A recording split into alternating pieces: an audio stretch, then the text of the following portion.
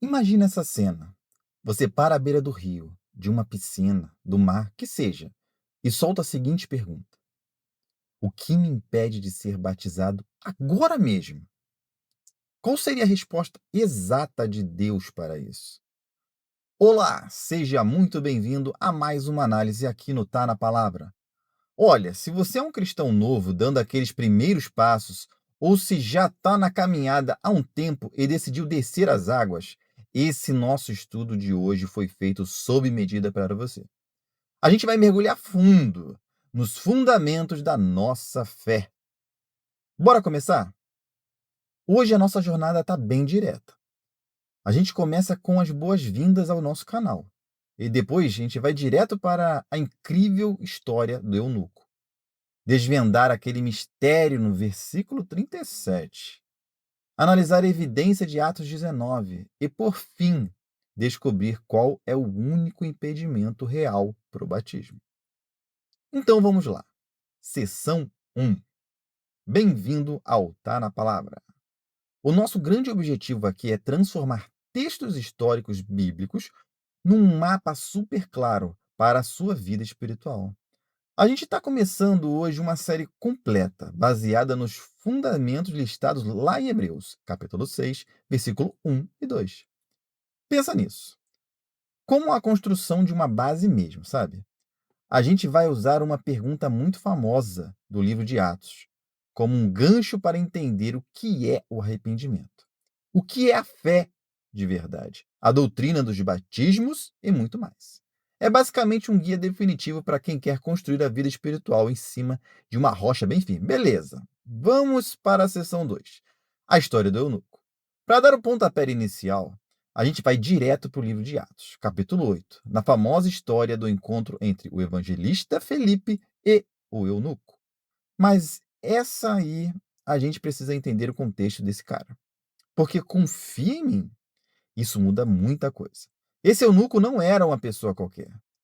Ele era um alto oficial, nada menos que um tesoureiro da rainha da Etiópia.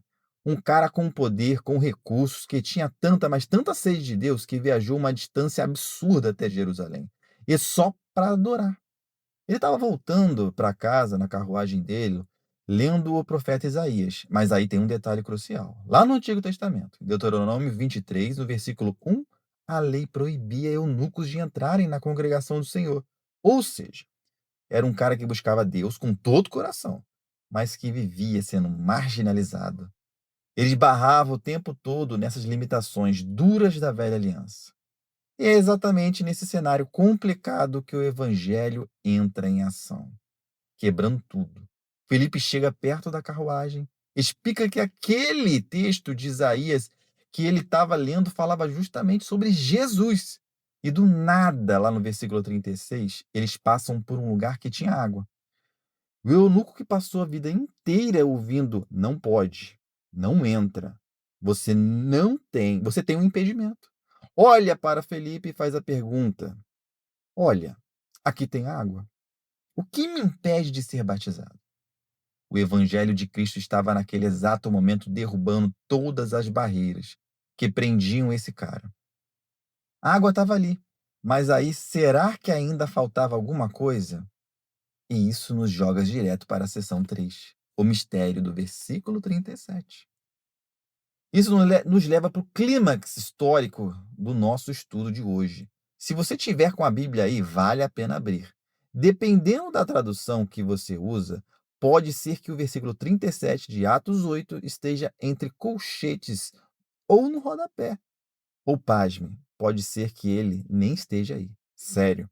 Sabe por quê? É que grego antigo, naqueles manuscritos originais mais antigos que a gente tem, o texto pula direto da pergunta do eunuco no verso 36 para a ação. No verso 38 ele usa só a conjunção e, então ficava assim: o que me impede de ser batizado? E mandou parar a carruagem. Fica parecendo que cortaram um pedaço na conversa, não é verdade? Por isso que os tradutores modernos muitas vezes colocavam assim ou então, para tentar suavizar essa transição que parece meio brusca. Mas aí você se pergunta: tá, Então, de onde surgiu o versículo 37, que diz: "É lícito se crer de todo o coração"? A resposta é sensacional.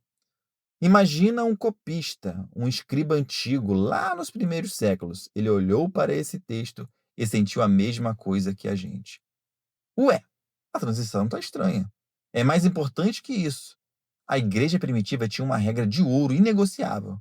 Ele jamais, em hipótese alguma, batizava alguém sem uma confissão pública de fé e sem a certeza absoluta de que a pessoa tinha entendido o que estava fazendo. Então, essa confissão de fé padrão acabou sendo anotada nas margens dos textos para refletir essa exigência indispensável da igreja naquela época. Era um lembrete vivo de que o entendimento precisava estar presente.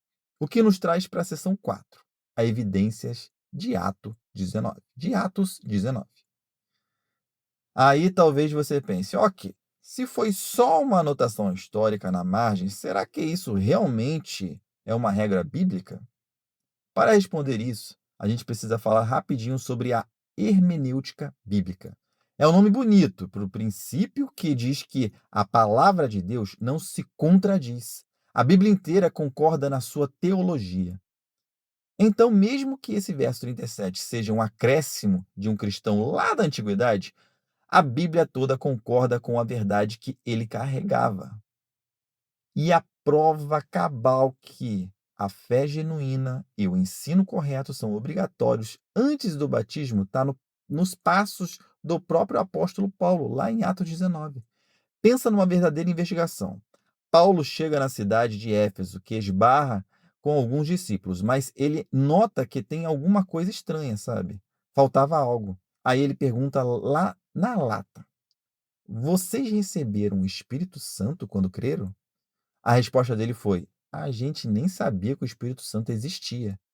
Paulo, que não deixava nada passar, vai na raiz do problema e pergunta: então, em qual batismo vocês foram batizados?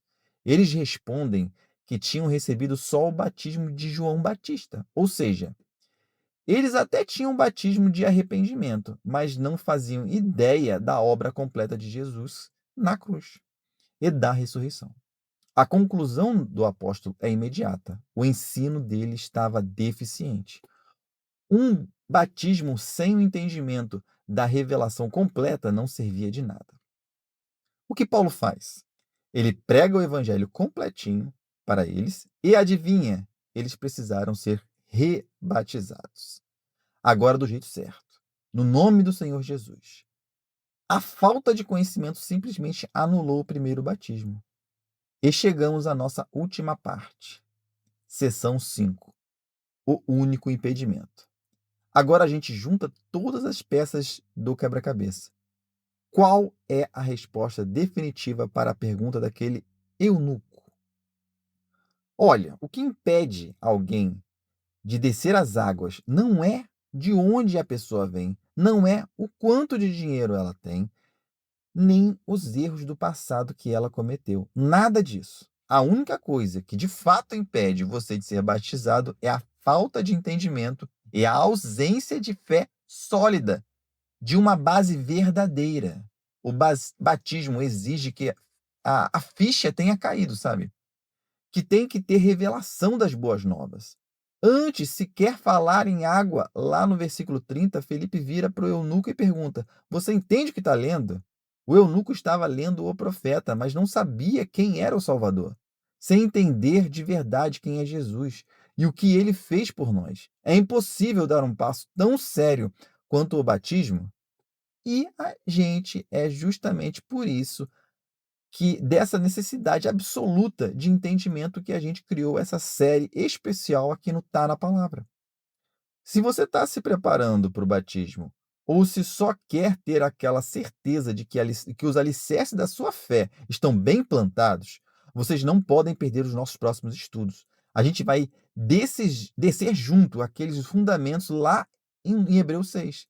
A gente vai falar sobre o verdadeiro arrependimento de obras mortas, o que significa ter fé em Deus de verdade, mergulhar nas doutrinas dos batismos, e sim, no plural mesmo, sobre a imposição de mãos, a esperança da ressurreição dos mortos e a realidade do juízo eterno. É um caminho espetacular de crescimento, pode apostar. E para fechar nosso encontro de hoje, eu quero que você grave uma frase, leva isso com você. O batismo sem fé e sem entendimento é apenas um banho.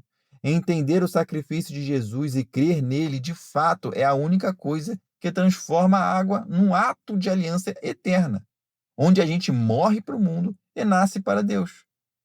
Então fica aqui a minha reflexão final para você. Esse entendimento já existe aí de todo o seu coração? Se a resposta for sim, então não tem absolutamente nada, nenhuma vírgula que te impeça de dar esse passo. Muito obrigado por acompanhar essa nossa análise de hoje. Vamos continuar firmes e a gente se vê no próximo estudo aqui no Tá na Palavra, onde vamos falar tudo sobre arrependimento. Um grande abraço e até lá!